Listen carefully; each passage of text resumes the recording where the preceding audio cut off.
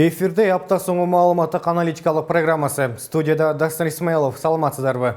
Кыргыз Республикасынын президенти Сооронбай Жээнбеков 19 сентябрда Коомдук телерадио корпорациясынын биринчи радиосуна берген кезектеги маегинде алдыдагы парламенттик шайлоо тууралуу кеп кылды. Анда добуш сатуу боюнча фактылар катталса, эч бир партияга талапкерге карабастан жазаланаарын айтты. Мен мурда да айткам, азырда баса белгилеп кетким келет.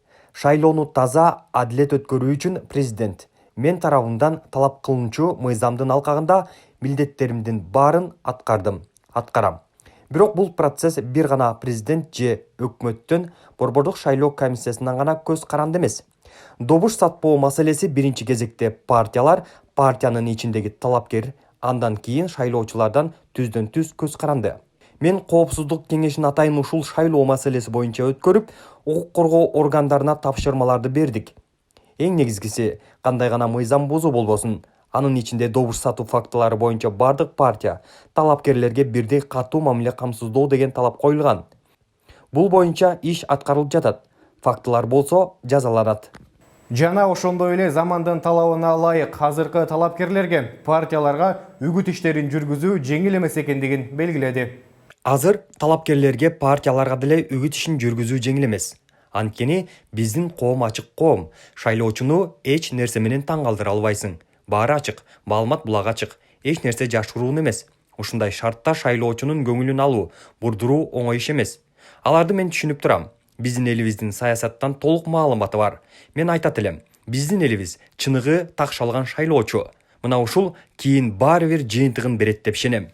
Учурдагы жүрүп жаткан үгүт иштеринде талапкерлердин президент тууралуу айткан сөздөрү добуш алуунун дагы бир түрү катары бааларын айтты. Мындай кырдаалда президентти сундоодон өткөн жеңил популизм жок да, мени жамандаганы көбү үмүт кылып жатат. Президентти жамандап добуш алабыз деп. Бул дагы ыкмалардын бири. Көп эле мамлекеттерде ушуну колдонот. Бизде дагы болуп атат. Мен аны көрүп карап, баарын тең туура түшүнүп атам. Бирок экинчи жагы да бар. Келе жаткан жаш саясатчылар, жаштар айтса да мейли ошол сөздөрдү. Бирок 30 жылдап саясаттаган эмес, бийликтин бир бутагында жүргөн азаматтарыбыз да бийликти болушунча сындап жатат. Өздөрү кечээ эле бийликтин эң чоң бутагында болгон, мыйзам чыгаруу, аткаруу бийликтеринде иштеп жүргөн, бүгүн бийликтен куугунтук көргөндөй сүйлөп жаткандар да бар. Өлкө башчы алдыдагы парламенттик шайлоого аттанып жаткан партиялардын убадаларынын айрымдарына токтолуп, алар негизги маселени айтып, бирок кандай жол менен кылаарын айтпай жатышкандыгын белгиледи. Депутаттардын санын азайтабыз деп айтып жатышат, чыкканы деле ошону айтып жатат. Бирок ал үчүн конституциялык реформа жүргүзөм деген киши жок. Депутаттын саны конституцияда көрсөтүлгөн. Экинчи маселени айтып жатышат, парламентке делген чыгашаны азайтабыз деп. Мындай убаданы мурда да укканбыз, бирок тилекке каршы депутат болуп келери менен ал үчүн мыйзамды өзгөртүшүбүз керек деп алакан жайгандар да болгон. Аларды да көргөнбүз. Айлык пенсияны көбөйтөбүз дейт. Бирок кандай жол менен айткан киши жок.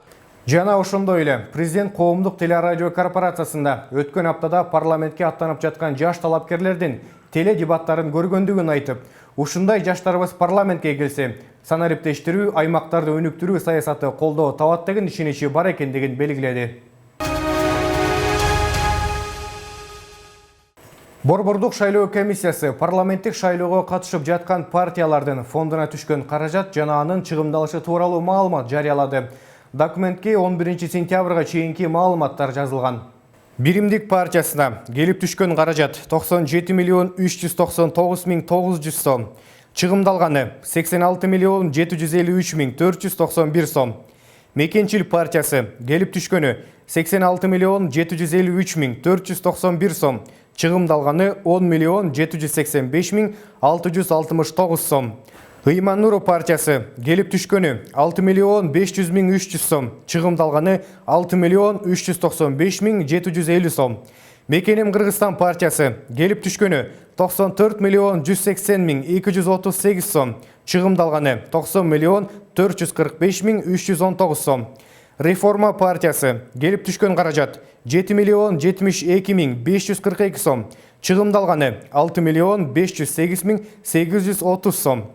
Атамекен партиясы келип түшкөнү 41 миллион 400 миң 620 сом. Чыгымдалганы 36 миллион 450 миң 610 сом. Замандаш партиясы келип түшкөн каражат 36 миллион 510 миң сом, чыгымдалганы 35 миллион 414 миң 723 сом. Бүтүн Кыргызстан саясий партиясы келип түшкөнү 5 миллион 858 миң 400 сом, чыгымдалганы 5 миллион 745 миң 266 сом. Социал-демократтар партиясы келип түшкөнү 8 миллион 642 миң 760 сом, чыгымдалганы 8 миллион 535 миң 966 сом. Мекен ынтымагы саясий партиясы келип түшкөнү 6 миллион 676 миң 838 миң сом, чыгымдалганы 6 миллион 603 миң 620 сом.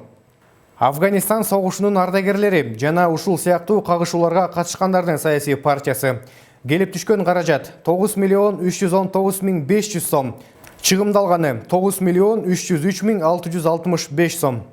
Ордо партиясы келип түшкөн каражат 6 миллион 243 миң сом, чыгымдалганы 6 миллион 121 миң 401 сом.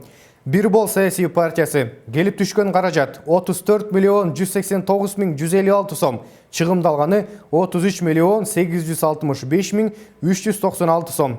Республика партиясы келип түшкөн каражат 21 миллион 821 миң 655 сом, чыгымдалганы 20 миллион 639 миң 151 сом.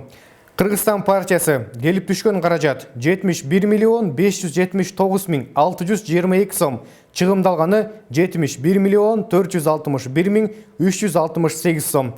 Чоң Казат саясий партиясы келип түшкөн каражат 6 миллион 172 миң 914 сом, чыгымдалганы 6 миллион 38 миң 446 сом. Сиздер 2020 KG интернет басылмасы жана ошондой эле Кыргызстан телеканалы тарабынан даярдалган апта соңу маалыматтык аналитикалык программасын көрдүңүздөр. Кийинки эфир аркылуу амандашканча сак саламатта туруңуздар.